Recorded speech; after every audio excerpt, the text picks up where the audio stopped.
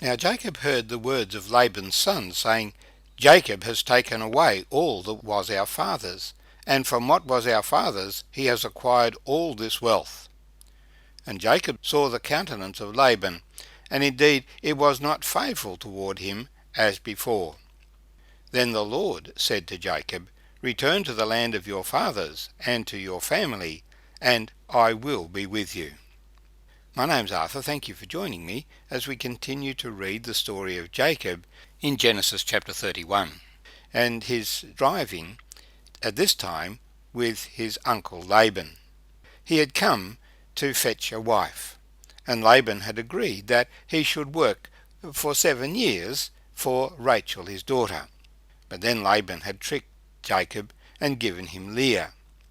And when Jacob protested, Laban said, Well, work another 7 years for Rachel. You can have both daughters, but you must work for me another 7 years. From the very beginning, Laban saw that God was blessing him for Jacob's sake, and so his flocks had increased.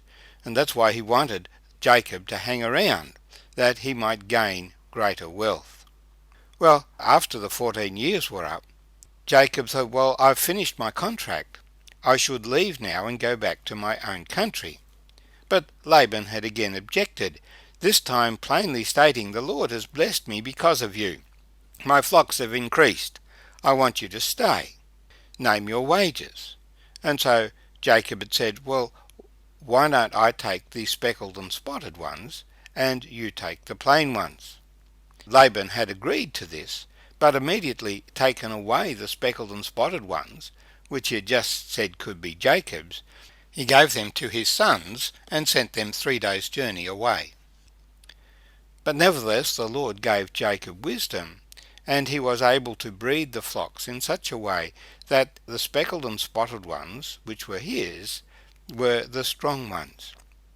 The Lord is the one who produces the flocks. He is the one who enabled them to multiply. But after 6 years of this, we find that Jacob's flocks had dramatically increased, and Laban's flocks were dwindling away. They were back in the care of Laban's sons. Laban had taken the flocks from Jacob and put them in the care of his sons. And in the care of his sons, they went backwards. And so Laban's sons start complaining. They're jealous of the Lord's blessing on Jacob.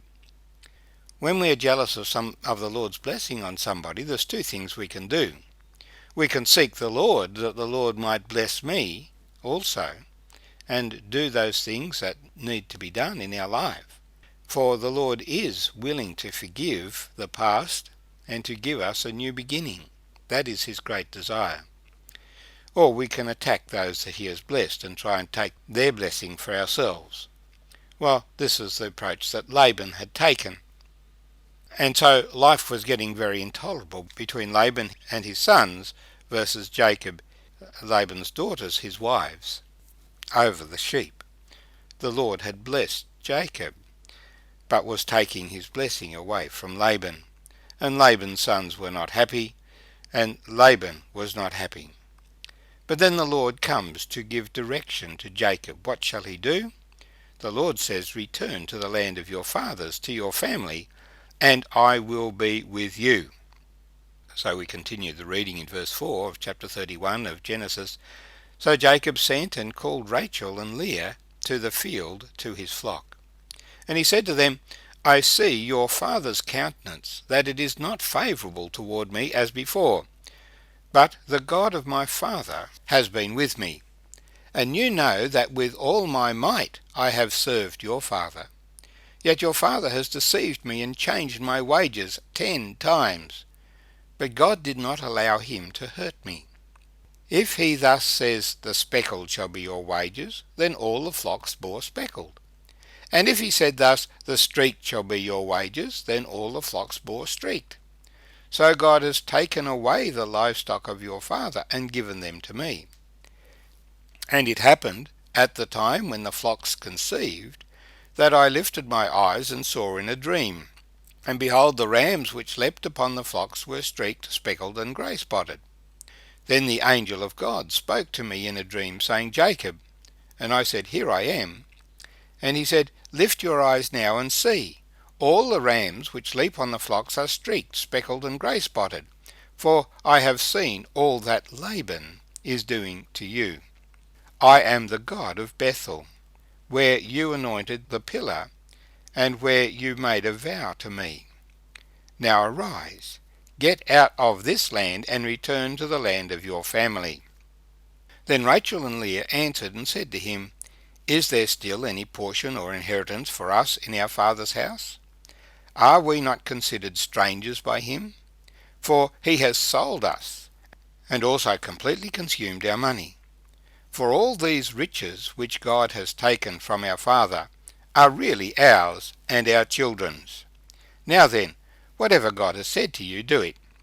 Then Jacob rose and set his sons and his wives on camels, and he carried away all his livestock, and all his possessions which he had gained, his acquired livestock which he had gained in Paddan Aram, to go to his father Isaac in the land of Canaan.